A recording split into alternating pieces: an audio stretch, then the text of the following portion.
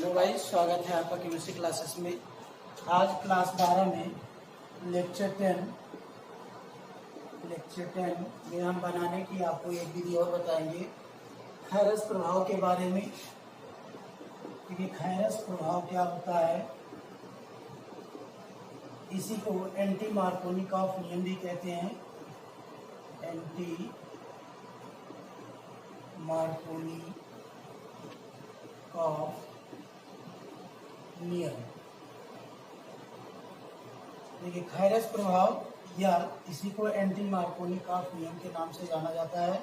Markovnikov नियम का उल्टा, अर्थात इसमें कोई एक ऐसा कार्बनिक परऑक्साइड होगा, कार्बनिक परऑक्साइड में हम जैसे ले सकते हैं बेंजोइल परऑक्साइड,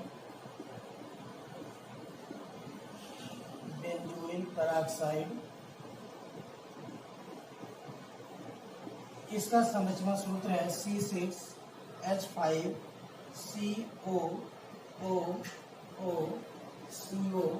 C6H5, इसी का नाम है बेंजोइल परऑक्साइड।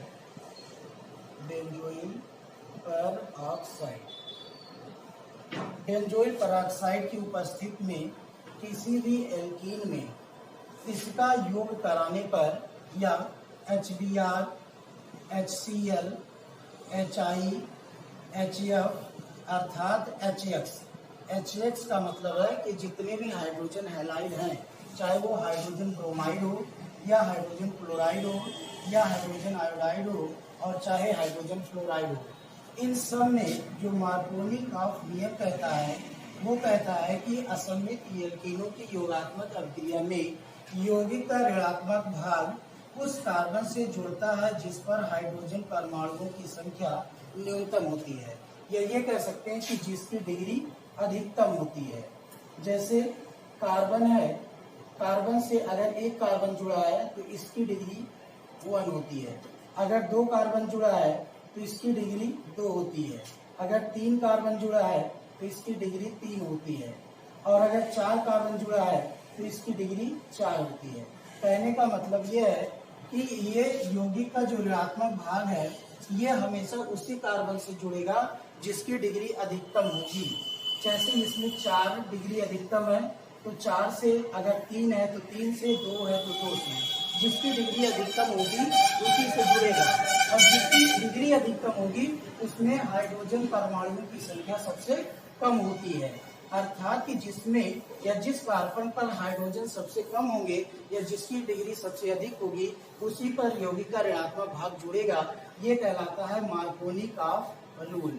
और एंटी मार्कोनिकॉफ रूल इसी का उल्टा होता है कि जिस पर हाइड्रोजन परमाणुओं की संख्या सबसे अधिकतम होती है, या ये कह सकते हैं जिसकी डिग्री सबसे न्यूनतम होती है, उस पर यौगिक का ऋणात्मक भाग जुड़ेगा, यानी कि X माइनस का मतलब Cl minus, Br minus, I minus, F minus.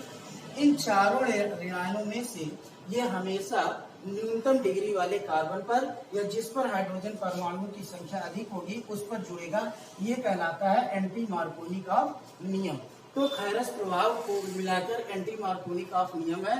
अब इसकी क्रियाविधि हम देखेंगे कि किस प्रकार ये रासायनिक अभिक्रिया करते हैं।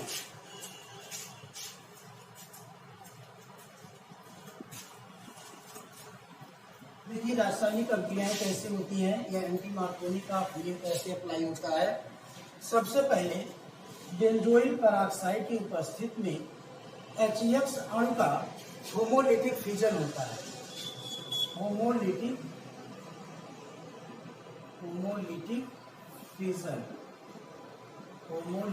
फिजन इसको कहते हैं समांगी विदलन। कब होगा? जब कोई बेंजोइल परऑक्साइड लगा होगा, COOO C6H5, यह बेंजोइल परऑक्साइड। सबसे पहले बेंजोइल परऑक्साइड की उपस्थिति में इसका होमोलिटिक फिजन होगा, उसके बाद ये एल्कीन मॉलिक्यूल पर या एल्काइन मॉलिक्यूल पर अटैक करेगा। ये फ्री रेडिकल जो है यहाँ पर इसका अटैक होगा तो ये बन जाएगा एल्किल मुक्तमूलक, एल्किल मुक्तमूलक, ये है एल्किल मुक्तमूलक, एल्किल फ्री रेडिकल, ये अधिकतम अस्थायी होता है, ये अधिकतम अस्थायी होता है। अब इस एल्किल फ्री रेडिकल पर हाइड्रोजन मुक्तमूलक का अटैक होगा, इस पर हाइड्रोजन मुक्तमूलक अटैक करेगा, तो ये बन जाएगा HCXE,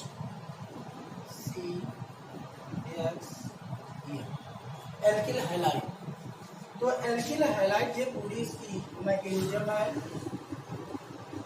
मैकेनिज्म क्रियाविधि है कि खैरस प्रभाव में सबसे पहले हाइड्रोजन हैलाइडों का किसी कार्बनिक पेरोक्साइड जैसे बेंजोइक पेरोक्साइड की उपस्थिति में होमोलिटिक फिजन होता है और मुक्तमूलक प्राप्त होते हैं, हाइड्रोजन मुक्तमूलक, हाइड्रोजन मुक्तमूलक। सबसे पहले एल्कीन या एल्काइल मॉलिक्यूल पर हाइड्रोजन मुक्तमूलक अटैक करके एल्किल मुक्तमूलक अधिकतम अस्थायी वाला कंपाउंड बनाता है, उसके पास हाइड्रोजन मुक्तमूलक क्रिया कर से उसके एल्किल हैलाइड में बदल देता है। अब एल्किल हैलाइडों में केवल HBr ही एक ऐसा यौगिक है या हाइड्रोजन हैलाइड है जो खैरस प्रभाव दिखाता है। एल्किल हैलाइडों में केवल HBr ही खैरस प्रभाव दिखाता है, बाकी अन्य हाइड्रोजन हैलाइड खैरस प्रभाव नहीं दिखाते हैं। ऐसा क्यों होता है, इसको चलिए हम समझते हैं कि ऐसा होता क्यों है, केवल HBr ही खैरस प्रभाव दिखाता है, क्यों?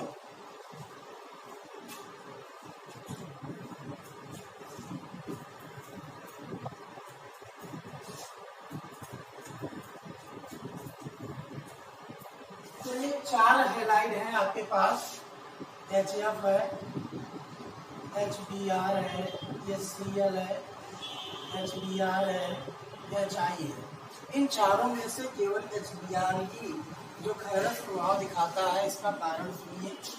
अगर हम HF का विदलन देखें तो HF का जो विदलन होता है वो विषमांगी विदलन होता है, अर्थात इसमें आयनिक कैरेक्टर ज्यादा है, आयनिक कैरेक्टर मैक्सिमम है। HF की अगर बात की जाए, HF का अगर हम देखते हैं तो विषमांगी विदलन होता है, इसमें हेट्रोलिटिक फिजन होता है। हेट्रोलिटिक फिजन का मतलब विषमांगी विदलन होता है, ये अपने आयनों में टूट जाते हैं। देखिए हाइड्रोजन आयन और क्लोराइड आयन, 2 आयन प्राप्त हो गए, तो आयनिक कैरेक्टर ज्यादा होने की वजह से ये अपने आयनों में टूट जाते हैं, इसलिए हमें फ्री रेडिकल प्राप्त होना मुश्किल हो जाता है। दूसरा HCl की बात करें तो HCl में भी आयनिक कैरेक्टर ज्यादा होने के कारण इसका हेट्रोलिटिक फिजन होता है और ये 2 प्रकार के आयनों में विभक्त हो जाता है, क्लोराइड आयन और H+ हाइड्रोजन आयन। देखिए यहाँ पर भी इसमें आयनिक कैरेक्टर ज्यादा है, आयनिक कैरेक्टर ज्यादा है, HCl में भी आयनिक कैरेक्टर अधिक होने के कारण ये अपने आयनों में टूट जाते हैं, इनका भी मुक्तमूलक प्राप्त नहीं होता, अर्थात ये फ्री रेडिकल नहीं बनाते हैं। हाइड्रोजन क्लोराइड इन दोनों में आयनिक कैरेक्टर अधिक होने के कारण ये अपने आयनों में टूट जाते हैं, इसीलिए ये दोनों खैरस प्रभाव से बाहर हो गए कि ये खैरस प्रभाव नहीं दिखाएंगे। खैरस प्रभाव वही दिखाएंगे जिनका मुक्तमूलक बनेगा, जो फ्री रेडिकल दे सकते हो। अब देखिए तीसरे की बात किया जाए, HI की बात कर ले, HBr तो देता ही है, HI की बात कर ले, ये क्यों नहीं देता, ये 14 कैरेक्टर तीसरा वाला तो देता ही है। HI का अगर हम विदलन करें तो इसका होमोलिटिक विदलन बनता है, होमोलिटिक फिजन इसका होता है, लेकिन दिक्कत कहाँ आती है, होमोलिटिक फिजन होने के बाद ये हाइड्रोजन मुक्तमूलक और आयोडीन मुक्तमूलक में बदल जाते हैं। लेकिन आयोडीन मुक्तमूलक की क्रियाशीलता इतना ज्यादा होता है कि ये तुरंत दूसरे आयोडीन मुक्तमूलक से क्रिया करके I2 के रूप में बदल जाता है या I2 के रूप में हमें प्राप्त हो जाता है, अर्थात इसका इस रूप में ज्यादा देर तक एग्जिस्टेंस नहीं होता है, ज्यादा देर तक ये आयोडीन मुक्तमूलक के रूप में नहीं रह सकता, ये जैसे ही आयोडीन मुक्त मूलक में कन्वर्ट होता है तुरंत अपने दूसरे मुक्त मूलक से क्रिया करके ये I2 के रूप में बदल जाता है, इसीलिए ये भी खैरस प्रभाव नहीं देता है। अब बचा क्या HBr। HBr का आसानी से इसका होमोलिटिक फ्यूजन हो जाता है, यानी कि H और Br ब्रोमीन मुक्त मूलक और हाइड्रोजन मुक्त मूलक ये हमको आसानी से प्राप्त हो जाते हैं। इसीलिए हाइड्रोजन हैलाइडों में केवल HBr ही एक ऐसा कंपाउंड है, एक HBr ही ऐसा यौगिक है जो कि खैरस प्रभाव को दिखाता है। और खैरस प्रभाव में हमेशा मार्कोनी ऑफ नियम के विपरीत उत्पाद बनता है। चलिए देखिए एक अभिक्रिया करके हम आपको एग्जाम्पल के रूप में दिखाते हैं कि कैसे ये इसका उत्पाद बनाता है।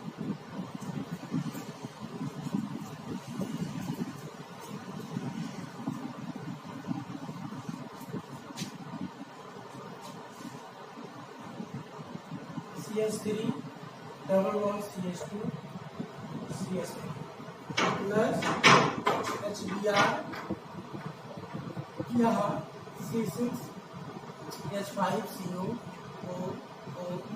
CO C6H5 बेंजोइल पेरोक्साइड लगा दिए। अब बेंजोइल पेरोक्साइड की उपस्थिति में यह हमेशा एंटी मार्कोनी ऑफ नियम के विपरीत उत्पाद देगा। अगर मार्कोनी ऑफ नियम के अनुसार देखा जाए तो इसको यहाँ जोड़ना चाहिए, लेकिन एंटी मार्कोनी ऑफ नियम के अनुसार ये जिसकी डिग्री कम है उससे जुड़ेगा। CH3 C CH3 H CH2 Br ये देखिए इसका एंटी मार्कोनी ऑफ उत्पाद बन गया। यानी कि ये जो है हमेशा खैरस प्रभाव दिखाता है। ये खैरस प्रभाव का ही एग्जाम्पल है आपका, या एंटी मार्कोनी ऑफ नियम का विपरीत उत्पाद है ये। तो खैरस प्रभाव आपको समझ में आ गया होगा, खैरस प्रभाव क्या होता है, कौन देता है, क्यों देता है। इसके बाद हम आपको भौतिक गुण के बारे में बताते हैं कि हैलो एल्केन एवं हैलो एरीन के भौतिक गुण क्या होते हैं। मेन पॉइंट्स इसके दो हैं। पहला कि ये जल में आविलेय होते हैं, जल में आविलेय होते हैं तथा कार्बनिक विलायकों जैसे बेंजीन, ईथर, एल्कोहल आदि में विलय होते हैं। पहला भौतिक गुण क्या है कि जितने भी एल्नो एल्कीन होते हैं या एल्किल हैलाइड होते हैं ये जल में अविलेय एवं कार्बनिक विलायकों जैसे बेंजीन, ईथर, एल्कोहल आदि में विलय होते हैं। दूसरा है ये रंगहीन व मीठी गंध वाले होते हैं, रंगहीन व मीठी गंध वाले होते हैं, मीठी गंध वाले होते हैं। दूसरा गुण क्या है कि ये रंगहीन होते हैं और साथ ही साथ इनका गंध हल्का मीठा होता है या मीठी गंध वाले होते हैं। इसके बाद आता है रासायनिक गुण। तो रासायनिक गुण के बारे में हम विस्तार से पढ़ेंगे। चलिए रासायनिक गुण देखते हैं।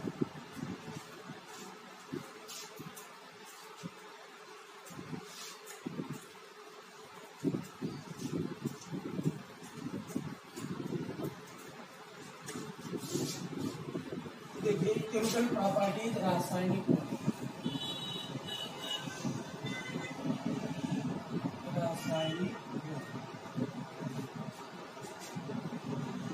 केमिकल प्रॉपर्टीज रासायनिक गुण।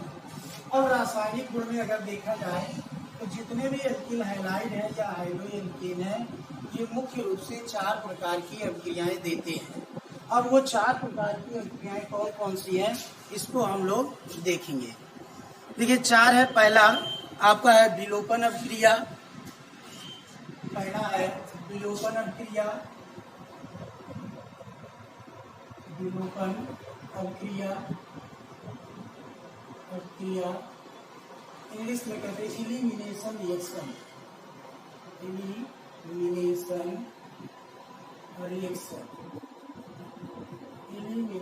रिएक्शन या इसी को डिहाइड्रोहैलोजिनेशन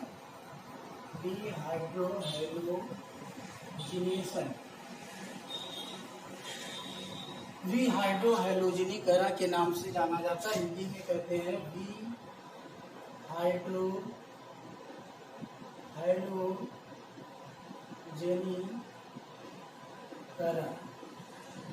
देखिए विलोपन क्रिया का मतलब होता है किसी चीज का विलोप होना, गायब होना, डिसअपियर होना। इसमें डिसअपियर क्या होता है? डिहाइड्रोहाइड्रोजिनेशन। डी अभी हम इसका विस्तार से आपको समझाएंगे। डी का मतलब होता है कमी, हाइड्रो का मतलब हाइड्रोजन, हाइड्रो का मतलब हैलोजन, जिनेशन का मतलब प्रोसेस अभिक्रिया। ऐसी अभिक्रिया जिसमें हाइड्रोजन और हैलोजन की कमी होती है वही अभिक्रिया डिहाइड्रोहाइड्रोजिनेशन कहलाती है, विलोपन कहलाती है।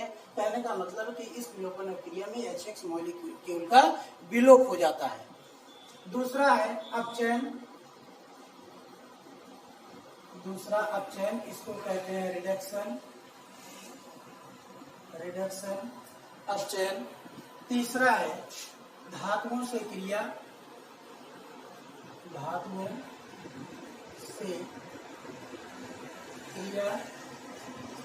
रिएक्शन विद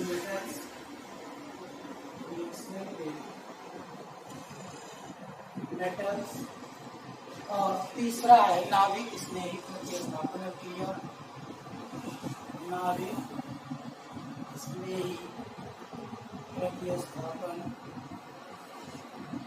अभिक्रिया। इसको कहते हैं न्यूक्लियोफिलिक सब्स्टिट्यूशन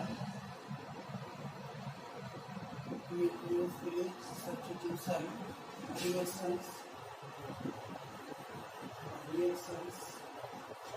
या शॉर्टकट में कहते हैं SN, nucleophilic substitution reaction SN.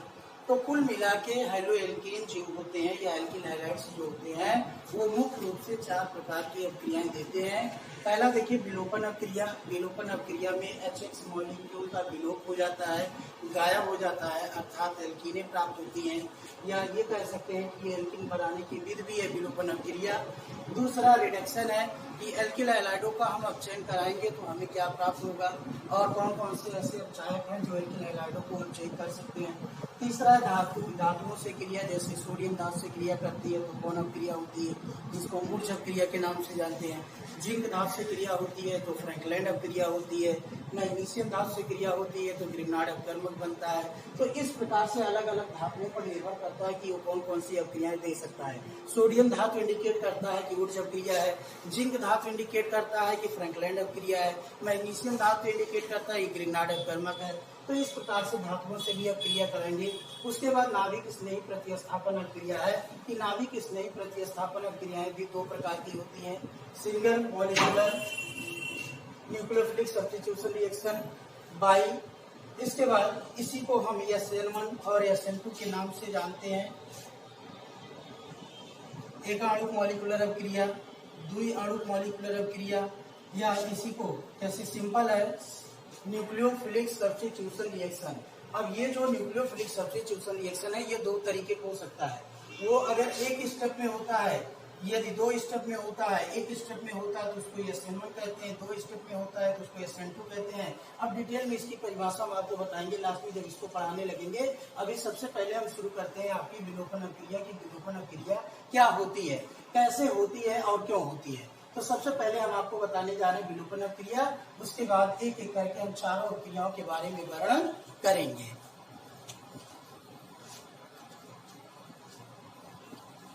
चलिए देखते हैं पहला विलोपन अभिक्रिया क्या होता है।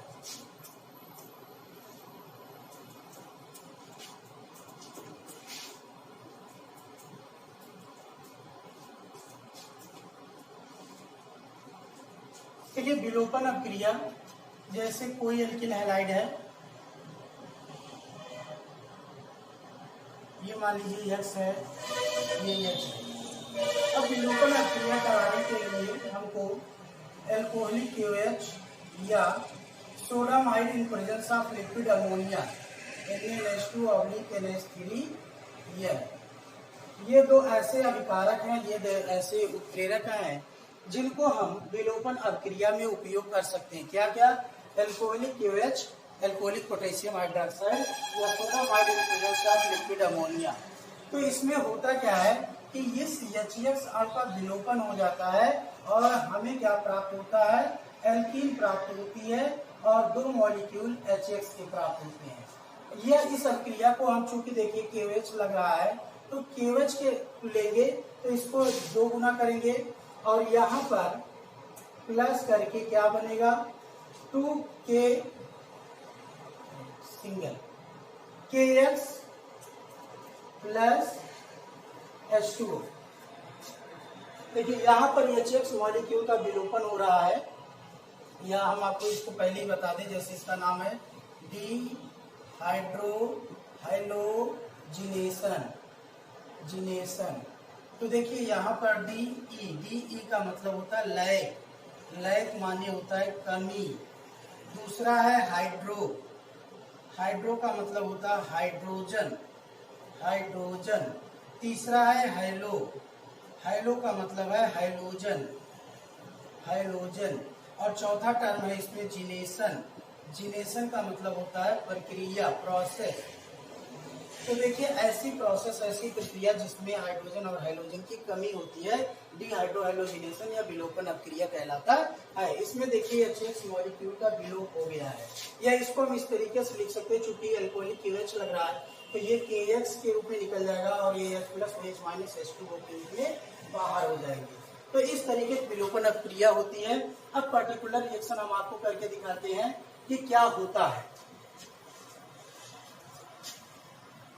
देखिए पर्टिकुलर में हम क्या करते हैं, यहाँ पर H ले लेते हैं, यहाँ पर H, यहाँ पर H, यहाँ पर H और यहाँ पर क्लोरीन।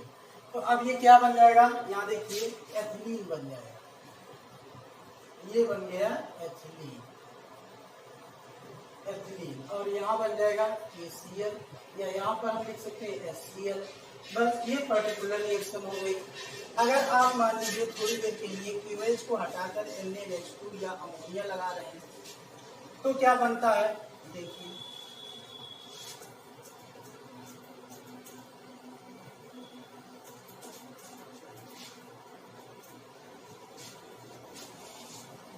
CH3 CH2 CH2Cl। यहाँ पर सोडामाइड, लिक्विड अमोनिया या एल्कोहलिक KOH भी ले सकते थे, इसका नाम है प्रोपिल क्लोराइड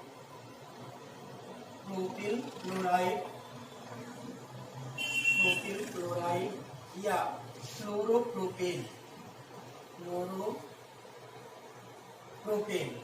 प्रोपिल क्लोराइड या फ्लोरोप्रोपेन IPSC नाम है। तो यहाँ पर HX का विलोपन हो जाएगा, प्रोपीन 1 बन जाएगा प्लस NaCl प्लस NH3।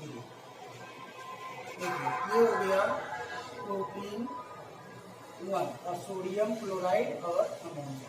इस तरीके से